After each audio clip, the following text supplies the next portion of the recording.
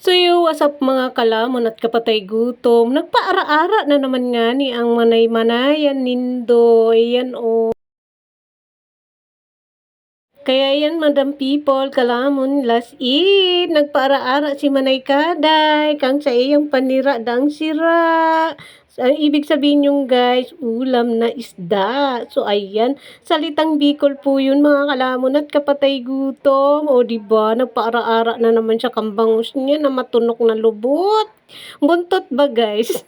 Chari! Charot-charot ko nga kayo dito mga kalamon at kapatay gutom dahil nga nagkain na naman siya ng puwet ng bangos na matinik. Ayan, patay gutom yon. Anyway, mga kalamon, at nahinto tayo sa pag-voice over. Sorry. Kaya mga kalamon, nasa pangalawang video na nga tayo dahil kinain ko na dyan yung ating linutong crispy chicharon. Sana all may chicharon. Ang sarap-sarap kaya niyan mga kalamon yung chicharon. Try nyo din kasi napaka-crispy.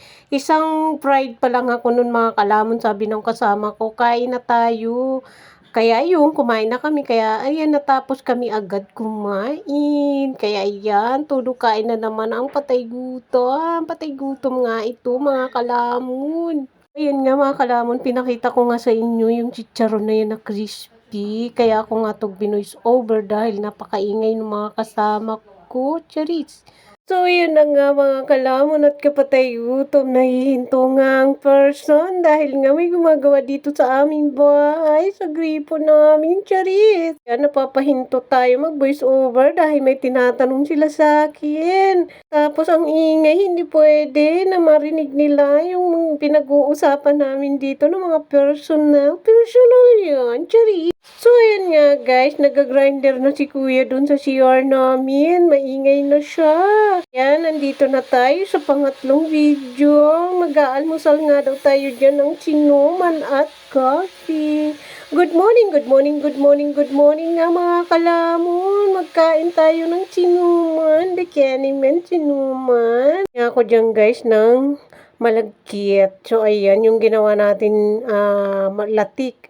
Tinabiko nung nakaraang araw, yun lang ang natira.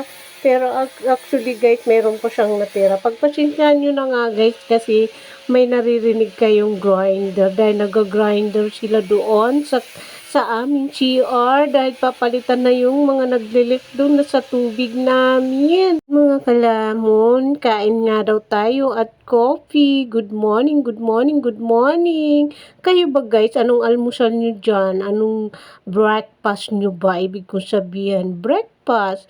Nga guys, ginawa ko ng kamote dyan yung ating suman para naman kumakain ako ng kamuting kahoy at banana. Charis! Nga, paubos na guys yung ating sinuman. Guys, nandito na ako sa Kamasya. Ayan.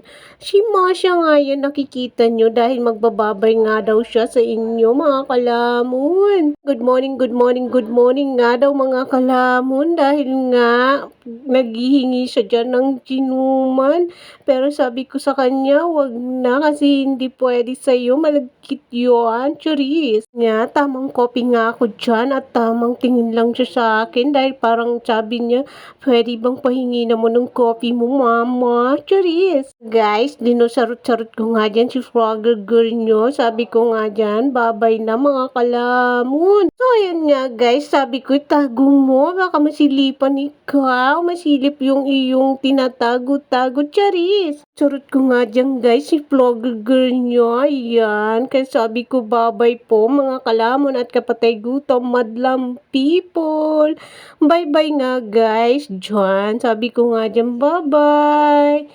Sabi ko nga dyan mga Yan nga guys, sabi ko dyan, hello madam people, mabuhay, mini Mikyu, mini Mikyu, hello madam people, mabuhay, mini Mikyu, mini Mikyu. Bye guys. So ayan, sinasarot-sarot ko nga dyan si vlogger girl nyo. Bye bye mga kalamon.